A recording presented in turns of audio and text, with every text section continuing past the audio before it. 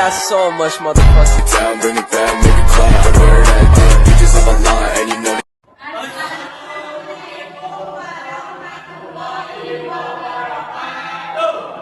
Kami dari kelompok 1 akan menampilkan penilaian tentang si miskin. Perkenalkan nama saya Binti Sita Safira sebagai moderator. Saya Rifki Hasanah sebagai istri si miskin. Saya Nisa Dasana sebagai anak si miskin. Saya Tara Marina Yuli sebagai anak si miskin. Saya Muhammad Saputra sebagai pedagang. Saya Fadil Arya sebagai pelayan. Saya Muhammad Sabdi Murdana sebagai warga. Pada suatu hari, hiduplah sepasang suami istri yang dahulu menjadi raja dan permaisuri, lalu dikutuk oleh Batara Indra karena sumpahnya tidak tepati. Kehidupan sepasang suami istri tersebut hanya tinggal di hutan dan memakan buah dan batang pohon saja.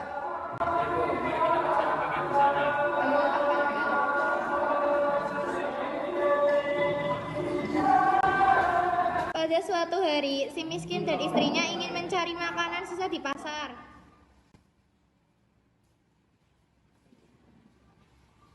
Ketika sepasang suami istri tersebut mencari makanan, datanglah warga setempat untuk menyiksa mereka.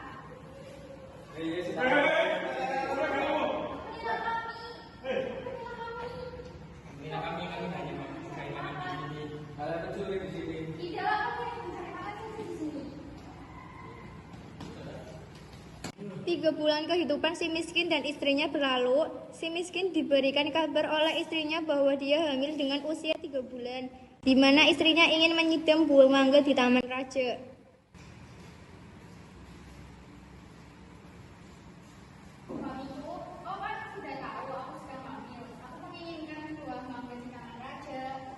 Istriku, kau kan sudah tahu bagaimana kehidupan kita dahulu. Baiklah istriku, aku akan mencarikan mangga itu. Dan si miskin pun pergi ke pasar untuk meminta mangga. Saya meminta satu biji mangga untuk saja. Baiklah, si miskin, akan kuberikan satu mangga untukmu. Terima kasih Pak. Sama-sama. Lalu si miskin menemui istrinya dan memberikan buah mangga yang diberikan oleh pedagang itu. Lalu istrinya membuang mangga yang dibawa oleh suaminya.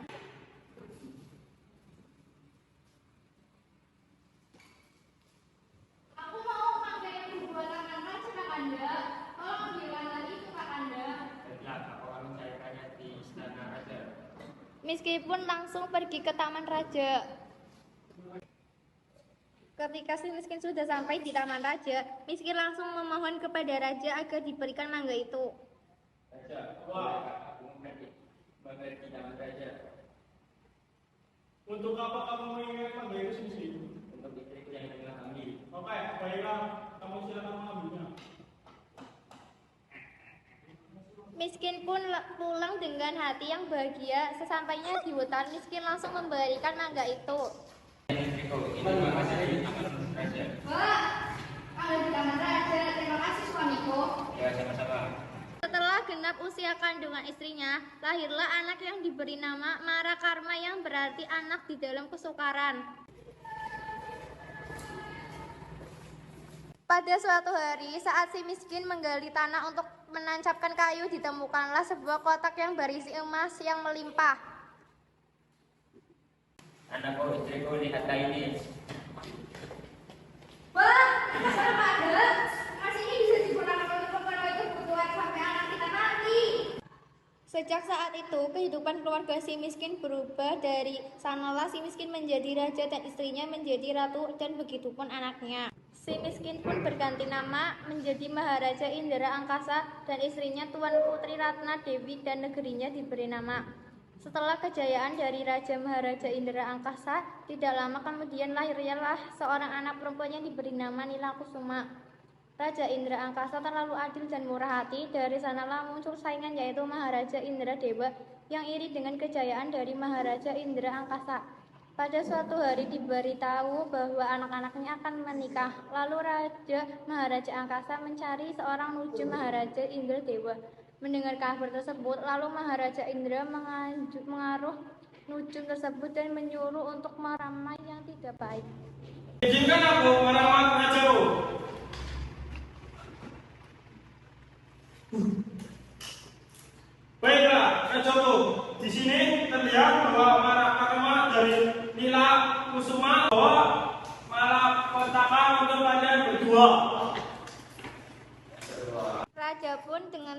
Senopati mengusir kedua anaknya. Dengan kepergian putri-putrinya, istana pun musnah terbakar.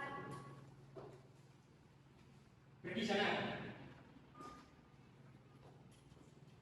Sesampainya Malakarma dan Nilakusuma di hutan, mereka berdua berlindung di bawah pohon beringin. Saat dua saudara tersebut mencari makanan di pasar, mereka dihampiri oleh warga kampung karena dituduh mencuri makanan. Saat kejadian tersebut, Malakarma dilempar ke laut.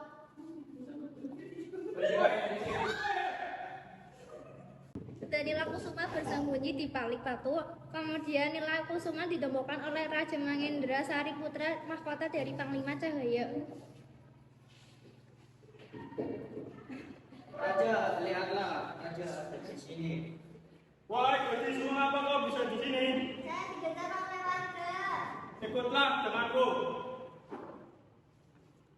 Pada akhirnya mereka berdua menikah dan Nilakusuma berganti nama menjadi Mayang Mengurai.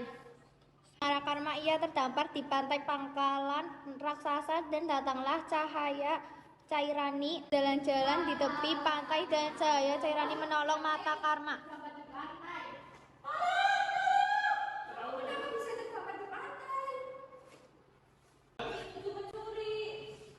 Sebaiknya kamu harus segera pergi dari sini karena raksasa akan mengejarmu.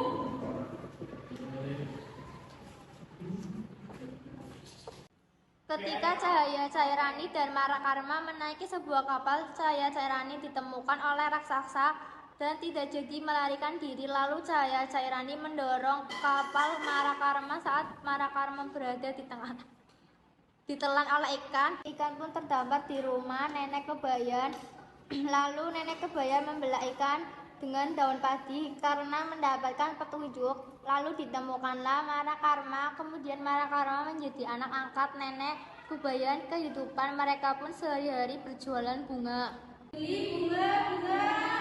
Karena cerita Nenek Kebayan mengenai putra Raja Mangendra Sari menemukan seorang putri di balik batu. Tahulah Malakarma bahwa putri tersebut adiknya sendiri. Mendengar cerita tersebut, Malakarma langsung bergegas lari ke kerajaan. Adikku! Selanjutnya Malakarma mencari ayah bundanya yang telah jatuh miskin kembali. Adikku, ayah bisa mencari ayah dan ibu. Baiklah. Kakanda, di mana anak-anak kita Nilakusuma dan Malakarma? Ayah, ibu. Saya sangat merindukanmu, nak. Ibu juga. Dan akhirnya ditemukan kembali keluarganya dan negara Purpasari kembali seperti dahulu kala. Drama dari kelompok kami, saya akhiri. Wassalamualaikum warahmatullahi wabarakatuh.